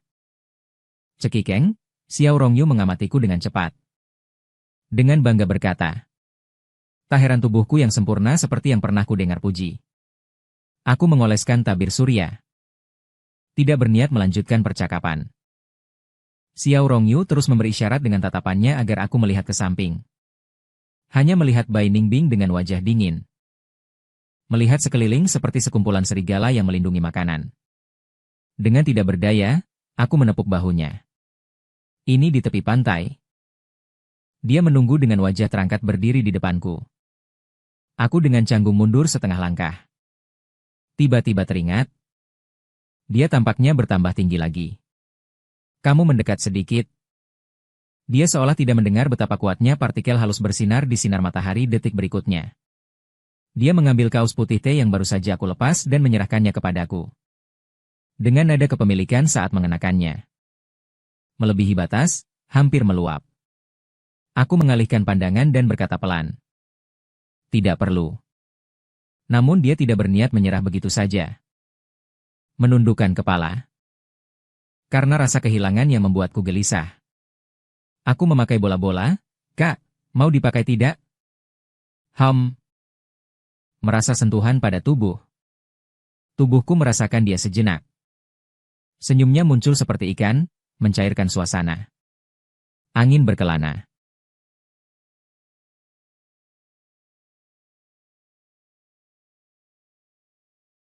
Saya mengambilnya dari tangannya. Memutar lengan ke atas. Memegang papan selancar, suara ejekan di belakang menghilang. Dan seseorang terus menatap pandangan yang muncul. Berjalan langkah besar ke tepi laut. Hanya ingin masuk air untuk sejuk. Sensasi yang mendebarkan dan kegembiraan. Serta kegembiraan yang datang dari menangkap ombak bagus yang menantang. Membuat orang kecanduan. Juga mudah membuat orang terlalu menilai diri mereka dan selalu ingin menantang tingkat kesulitan yang lebih tinggi. Jadi ketika melewatkan kemiringan dinding dan tinggi ombak yang sangat menggulung ke dalam air. Hati terasa menyesal dan gagal saat saya muncul dari dalam air. Dari jauh, saya melihat sekelompok orang yang cemas beralih ke arah saya. Sedangkan sudah menahan tubuhnya berdiri di dalam air. Dalam hati saya naik papan, duduk, dan melambaikan tangan ke orang-orang di sekitar. Tidak apa-apa. Sambil berenang ke pantai menunggu. Memberikan tamparan dengan mata merah. Menepuk bahu saya. Berteriak kepada saya. Berapa kali saya sudah bilang padamu? Jangan mencari sensasi. Untuk mengejar ombak berbahaya. Kamu baru saja membuatku takut mati. Dia memanggil nama lengkapku. Kelihatannya memang marah. Saya dengan sopan meminta maaf. Saya salah. Memutar kepalanya. Lalu menegur bahwa masih ada kamu. Yang tidak bisa berenang. Menyerbu ke laut. Apa maksudmu serbu? Apakah kamu pergi menyelamatkan orang atau mengorbankan nyawa? Merangkul? Dengan lembut menenangkan orang itu. Tidak apa-apa. Itu yang terbaik. Menatap saya dan dengan mata penuh kemarahan lalu berkata. Tidak ada yang tenang, sambil menyeret maju. Baru saat itu saya mengalihkan pandangan ke samping. Dari awal menatap yang diam. Wajahnya pucat. Menjepit bibirnya erat. Dada bernafas dengan kuat. Setelah lama. Dengan suara kering berkata. Apakah kau benar-benar tidak memiliki sedikit pun ikatan lagi? Hatiku bergetar. Kaget. Sensitivitasnya sekaligus terkejut. Kebijaksanaan dan penyesalannya hanya berdasar pada insiden kecil baru saja dan beberapa kata dari Xiao Rongyu. Bai Ningbing ternyata melihat dengan jelas bahwa tidak ada beban. Jadi ketika melakukan olahraga yang berbahaya tersembunyi ini, barulah saya tidak takut sama sekali. Hasil terburuk dari tidak takut. Dengan kata lain, saya selalu siap untuk mengucapkan selamat tinggal kepada semua orang. Bai Ningbing jelas lebih muda dariku, tapi di matanya yang campur aduk antara kepedihan, kehilangan, dan rasa takut yang kemudian. Bahkan saya sendiri belum pernah menelusuri pikiran itu. Pada saat ini jelas terlihat. Pelepan di tenggorokanku mengencang. Tangan yang menggantung mengepalkan udara dengan desahan. Menghindari masalah. Dengan suara pelan menjelaskan. Jangan lakukan seperti ini lagi di masa depan. Tanpa mempedulikan apapun, ia menyerbu. Saya tahu betul bahwa saya sangat pandai berenang. Bai Ningbing menatap dengan mata lebar. Seolah-olah benar-benar marah. Berbalik dan pergi. Sepertinya ini pertama kalinya dia marah. Saya berada di samping. Tidak tahu apa yang harus dikatakan. Beberapa hari berikutnya, saya masih belum berhasil menenangkan Bai Ningbing. Saya tidak dapat memberinya jawaban atas pertanyaan itu. Xiao Rong. Lalu sahabatku berada di samping Chen Hansheng. Saya tenang menjalani masa pensiun. Karena panti jompo guru saya sudah disiapkan sejak lama. Setelah mengatur, uang akan ditarik secara berkala dari kartu saya. Semua sudah diatur. Mengenai Bai Ningbing, saya dan dia hanyalah penumpang yang bersama-sama menempuh sebagian perjalanan dalam kereta kehidupan. Cukup. Dia pada akhirnya akan memiliki sayap yang penuh. Berlari menuju jalan yang menjadi miliknya. Dengan kepandaian dan kemampuannya, dia akan hidup dengan baik. Jadi Bai Ningbing menanyakan apakah saya masih memiliki ikatan. Saya memiliki jawaban. Namun saya tidak bisa mengungkapkan semuanya secara jelas. Agar tidak menyakiti hati orang lain. Meskipun marah. Namun saat bepergian dia tetap berada di samping saya. Hanya diam. Sepertinya sedang memikirkan sesuatu. Sampai hari terakhir liburan. Kami berempat duduk di tepi laut menonton matahari terbenam. Xiao Rongyu berbicara pelan di pangkuan Chen Hansheng. Aku dengan cepat berjalan ke batu karang lain. Bai Ningbing juga mengikutinya. Duduk di sampingku.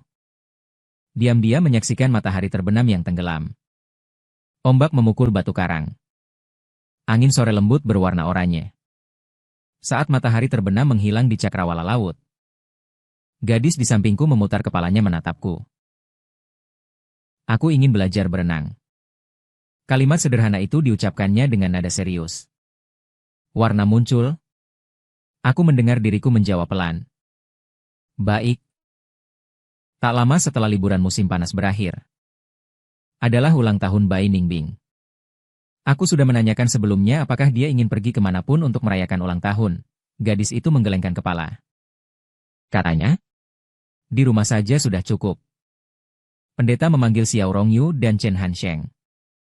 Aku tidak begitu merasakan hari ulang tahun yang dianggap memiliki nilai ritual oleh banyak orang. Jadi aku mengikuti apa yang diatur. Hanya sesekali di studio. Aku akan kebetulan melihat Xiao Rongyu sedang menelepon dengan sangat misterius. Sementara Bai Ningbing pulang dari kelas. Ia juga memegang ponsel. Seolah-olah sedang mengobrol tanpa henti dengan seseorang. Aku merasa bingung di dalam hati. Namun karena menghormati, aku tidak menanyainya. Sampai akhir pekan. Pada sore hari ulang tahun Bai Ningbing. Xiao Rongyu dan Chen Hansheng bersikeras menarikku mengelilingi setengah kota untuk membeli kue di suatu tempat. Aku baru menyadari kemudian. Beberapa hari terakhir mereka mungkin sedang merencanakan sesuatu. Tetapi ini adalah ulang tahun Bai Ningbing. Mengapa dia juga terlibat dalam perencanaannya? Kalau bicara tentang menyiapkan kejutan. Bukankah seharusnya kita yang menyiapkan untuk sang yang berulang tahun? Setelah kami membeli kue dan kembali. Langit sudah gelap. Sampai di depan pintu rumah. Xiao Rongyu menahan tanganku yang akan menekan bel pintu. Memaksa aku membuka dengan kunci. Aku tanpa pilihan tidak bisa memutar, dia mengeluarkan kunci.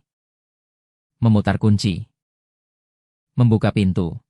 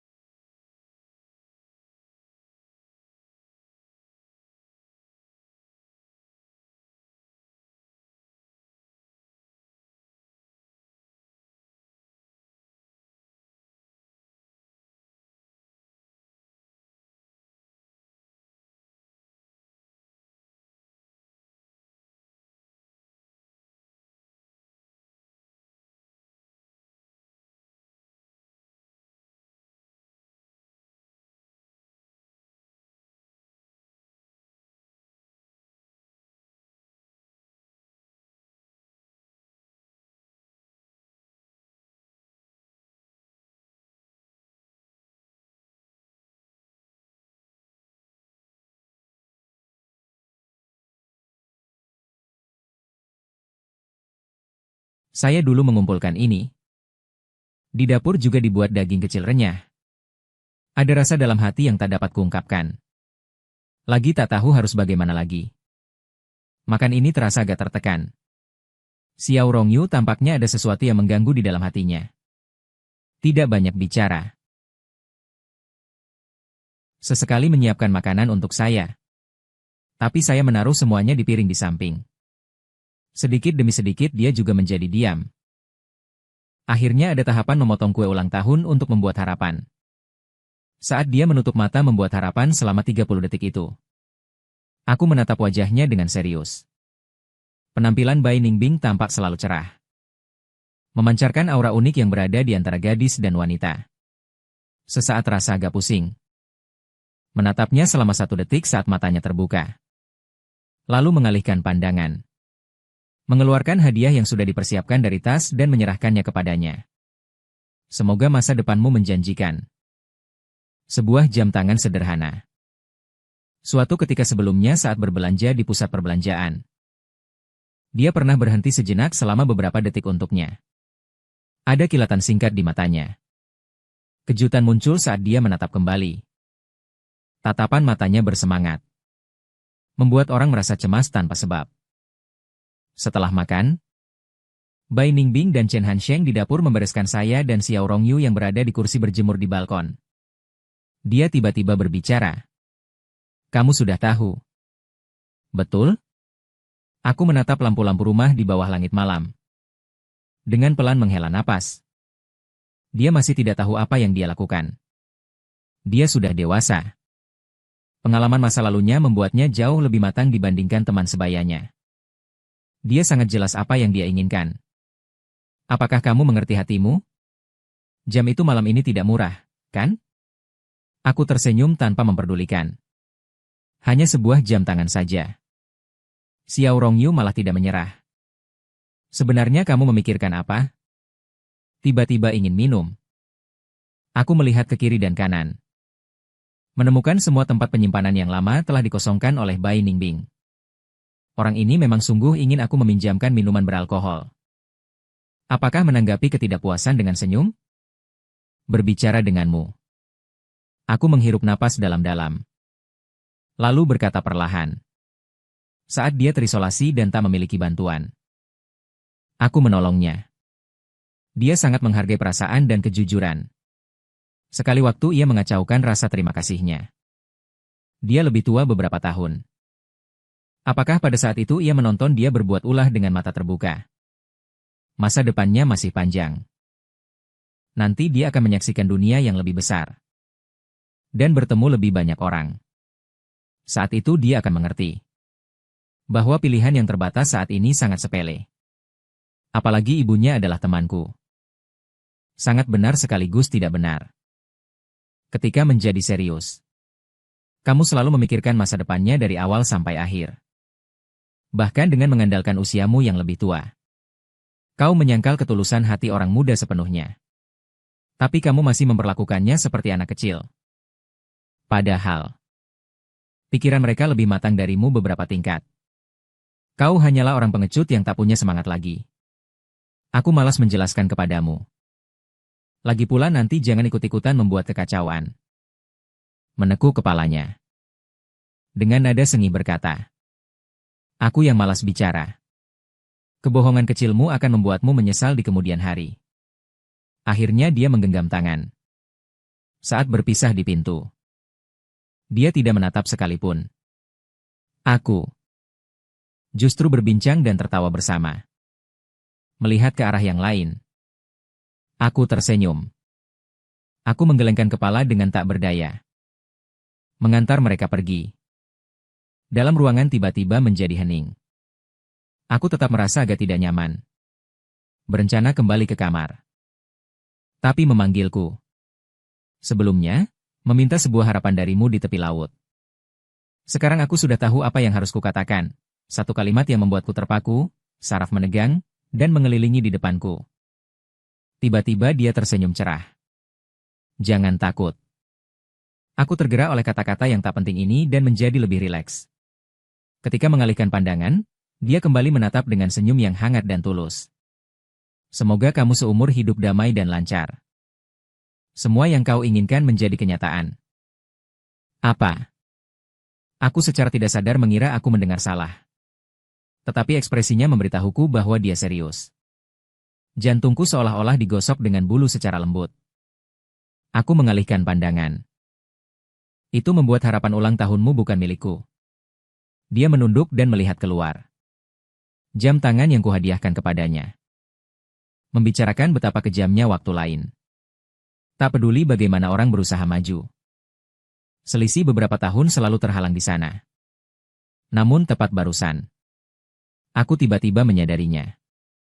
Tetapi menghentikan waktu yang berjalan maju pada dasarnya adalah tuntutan yang tidak adil. Waktu tidak seharusnya menunggu siapapun. Namun juga memberi semua orang larangan. Kau tahu. Aku dengan sabar mengucapkan rangkaian kata yang tak masuk akal. Akhirnya diakhiri oleh Bai Ningbing dengan satu kalimat. Aku pergi ke dapur mencuci piring. Menutupnya dengan lembut. Malam itu aku tidak bisa tidur. Hari-hari berikutnya berjalan seperti jarum jam pada jam tangan yang berputar maju secara teratur.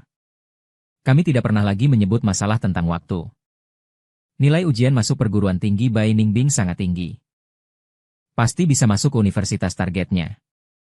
Namun dia tiba-tiba berkata kepadaku pada malam sebelum mengisi pilihan jurusan. Berencana mendaftar ke universitas lokal. Aku tidak mengerti. Namun tetap bersabar menanyakannya. Bukankah sebelumnya ia ingin masuk ke fakultas hukum terbaik di negara? Dengan nilai kamu tidak ada masalah. Mengapa tiba-tiba mengubah pikiran? Dia ragu selama setengah saat. Dengan suara pelan berkata, sekolah itu berada di kota lain. Lalu apa artinya? Aku tidak mengerti apakah sekolah itu ada hubungannya apa-apa. Dia bukan tipe orang yang kebingungan. Bai Ningbing menoleh. Pada pandangan itu aku mengerti. Apa yang dia khawatirkan? Aku memutar kepala melihat keluar jendela balkon ruang tamu. Pandangan. Berbisik jatuh di udara. Dalam pikiranku melintas. Banyak adegan berbalik melihatnya. Dengan nada tenang. Apakah kamu masih ingat kata-kata yang kamu ucapkan pada ulang tahunmu tahun lalu? Suara dia agak serak. Tetapi dia tetap menjawab. Aku mengingat, tersenyum. Cukup ingat saja. Kamu masih muda. Seharusnya kamu menjelajahi dunia yang lebih luas. Kamu akan bertemu lebih banyak orang yang indah. Nanti kamu akan menyadari bahwa sebenarnya kamu memiliki banyak pilihan. Ayo lihat lebih banyak, oke? Bai Ningbing napasnya menjadi tidak teratur dan tidak berkata apa-apa.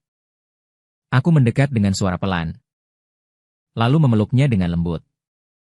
Kali ini, mendengarkan perintah, baik tidak? Dia tampaknya menangis. Suaranya terdengar gemetar. Baik. Aku berjanji padamu. Aku akan pergi melihat. Tapi aku akan menggunakan waktu untuk memberitahumu jawabanku dan pilihanku. Bai Ningbing melapor ke universitas. Hari itu, aku tidak pergi ke bandara menemaninya. Hari-hariku kembali seperti dulu ketika aku sendirian. Hanya saja jumlah kali melamun di rumah menjadi lebih banyak. Kami masih tetap berhubungan. Sebagian besar waktu, dia mengirim beberapa pesan suara panjang. Menceritakan keadaannya. Aku sesekali membalas beberapa kata. Latihan militer belum lama berlalu. Itu adalah ulang tahunnya. Sore itu, aku tidak memberitahu siapapun. Terbang mendadak ke kota tempat dia berada. Menunggu sampai bertemu dia. Sekolah sudah malam saat itu. Aku tidak berniat untuk bertemu dia. Hanya ingin melihat kampusnya. Tiba-tiba melihat dia keluar gerbang sekolah dikelilingi beberapa orang. Di sisinya tampaknya teman-temannya. Aku bersembunyi di antara kerumunan. Melihat dia tiba-tiba berhenti. Melihat ke sekeliling. Sebelum pandangannya menatapku. Aku berbalik masuk ke gang di samping. Malam itu pukul 23.59. Aku menerima pesan Weixin dari Bai Ningbing. Hari ini ulang tahunku. Aku melihat waktu di ponsel melompati menit itu menjadi pukul 00. Lalu berubah menjadi pukul 001. Pukul 10 tepat pada hari berikutnya. Saya membalas dengan, "Selamat ulang tahun." Saya tertidur tadi malam. Bai Ningbing tidak melanjutkannya. Topik ini, namun malah membicarakan hal lain yang menjaga keseimbangan tak terucapkan di antara saya dan dia. Selama liburan musim dingin dan musim panas dari tahun pertama hingga tahun kedua, Bai Ningbing pergi ke tempat yang berbeda. Dia membuka akun video pendek. Mencatat kebudayaan dan kebiasaan sepanjang perjalanan. Sebagian besar waktunya merekam pemandangan. Namun sesekali juga muncul wajah-wajah muda. Mungkin temannya di setiap akhir video. Dia akan muncul seorang diri di depan kamera. Dengan lembut mengucapkan satu kalimat. Andai saja kamu ada, itu akan baik. Secara bertahap, ada yang menebak di kolom komentar video bahwa sang pembuat mungkin memiliki orang yang disukainya. Xiao Rong mengirimkan tangkapan layar komentar itu kepada saya dengan menambahkan satu kalimat. Tidak tahu kapan seseorang akan menembakkan senjata. Tidak ada balasan. Saya menonton video itu lagi. Klik dan menyimpannya ke Bai Ningbing tahun ketiga. Ada kesempatan ikut bersama guru di sekolah memberikan bantuan hukum untuk kelompok rentan. Video-videonya mulai menampilkan lebih banyak sosok orang dari berbagai kelompok. Berbagai sudut pandang dan pemikiran yang berbeda. Saya menyaksikan ia bertransformasi langkah demi langkah. Menjadi orang dewasa yang mandiri dan luar biasa. Pada malam sebelum upacara kelulusan tahun 4, Bai Ningbing memposting sebuah foto di lingkaran temannya. Yaitu jam tangan yang saya berikan kepadanya dulu. Tulisan pendampingnya adalah waktu. Bukan jawaban. Tetapi jawaban tersembunyi dalam waktu. Bai Ningbing menggunakan 4 tahun untuk memberikan jawaban dan pilihan terakhirnya. Xiao Rong, Chen Hansheng, dan Yang Lao semua memberi suka di bawah. Di makam ibunya Bai Ningbing, berdiri di samping batu nisannya. Perlahan-lahan menghabiskan sebotol di dalamnya. Tanpa mengucapkan sepatah kata pun.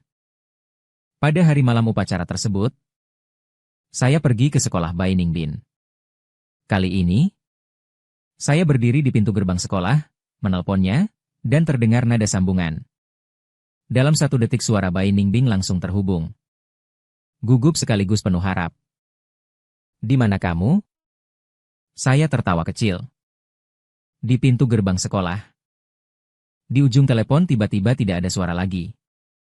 Kemudian terdengar suara angin dan napas. Beberapa menit kemudian, Bai Ningbing muncul dalam pandangan. Dia datang berlari, tampak di pandangan. Setelah menargetkan saya, sepertinya dia menghela napas lega. Lalu langkah demi langkah dia berjalan mendekat ke saya. "Aku ada sesuatu yang ingin katakan padamu." Dia berbicara dengan nada tegas. Namun sedikit malu. "Aku ingin sebuah status." Aku menatapnya. "Aku setuju." Dia sepertinya belum menyadarinya. Dia bertanya dengan kebingungan, "Apa?" Aku menahan tawa dan mengulanginya lagi. Aku berkata, "Aku setuju." Detik berikutnya, di dalam tatapan terkejut banyak orang. Dia melompat ke arahku. Di dalam diriku, berulang-ulang, menanyakan kepadaku. "Benarkah? Benarkah?" Akhirnya aku benar-benar tidak bisa memberikan sebuah ciuman lembut. Membuatnya tenang. Setelah bagian utama selesai, surat dari ibu dan setelah bersama Bai Ningbing. Xiao Rong pernah menanyaku, kenapa pada akhirnya setuju padaku. Aku menjawab dengan bercanda. Dia selalu terus menginginkan anak-anak di rumahnya setelah pintu. Hanya bisa memanjakan dia sendiri.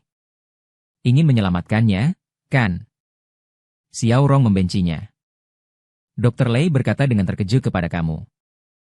Tertawa beruntun terhenti selama beberapa detik. Setuju padanya, banyak yang ingin melepaskan diri. Kemudian, Bai Ningbing mendirikan firma hukum miliknya. Mengambil kembali warisan yang dulu direbut oleh kerabat Serigala Putih. Setelah tidak selesai, dia tidak berkata apa-apa. Hanya setelah bekerja lembur selama sebulan berturut-turut, dia kembali ke rumah dan memelukku. Setelah lama diam, mengatakan satu kalimat. Semua selesai. Aku mengangkat tangan. Dengan lembut menepuk punggungnya, musim semi dan gugur.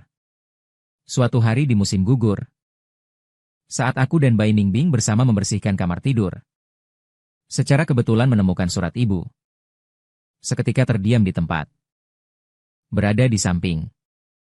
Dengan lembut bertanya, apakah aku harus menemanimu menonton bersama? Aku menggelengkan kepala. Dia menutup pintu dengan penuh perhatian dan pergi ke ruang tamu. Aku duduk di karpet, menghirup napas dalam-dalam. Perlahan-lahan membuka amplop. Namun dia hanya menundukkan kepalanya. Berdiri di sana, tanpa mengucapkan sepatah kata pun. Dan dengan ibunya. Urusan antara ayah dan ibu. Jangan menanggungnya sendiri. Kamu dilahirkan dalam cinta. Tapi ibu dan ayah sangat gagal. Tidak dapat membuatmu tumbuh terus dalam cinta. Meskipun banyak hal buruk yang terjadi. Tetapi jangan menyerah. Jangan terjebak oleh masa lalu. Jangan membawa kebencian. Jadilah bahagia. Nikmati hidupmu sepenuhnya. Ibu menulis ini bukan untuk meminta maaf. Tapi agar ku percaya bahwa masih ada orang di dunia yang mencintaimu. Yang layak dicintai. Sangat disayangkan. Ibu tidak dapat melihatmu tumbuh menjadi dewasa secara langsung. Tapi kamu harus ingat, ibu selalu mencintaimu. Aku menutup lembar surat. Sinar matahari di luar jendela sedang tepat. Dia setuju untuk bersama aku. Aku tahu. Meskipun sampai sekarang, dia masih sudah siap. Aku akan selalu siap untuk pergi kapan saja. Tapi aku ingin terus bersamanya siang dan malam.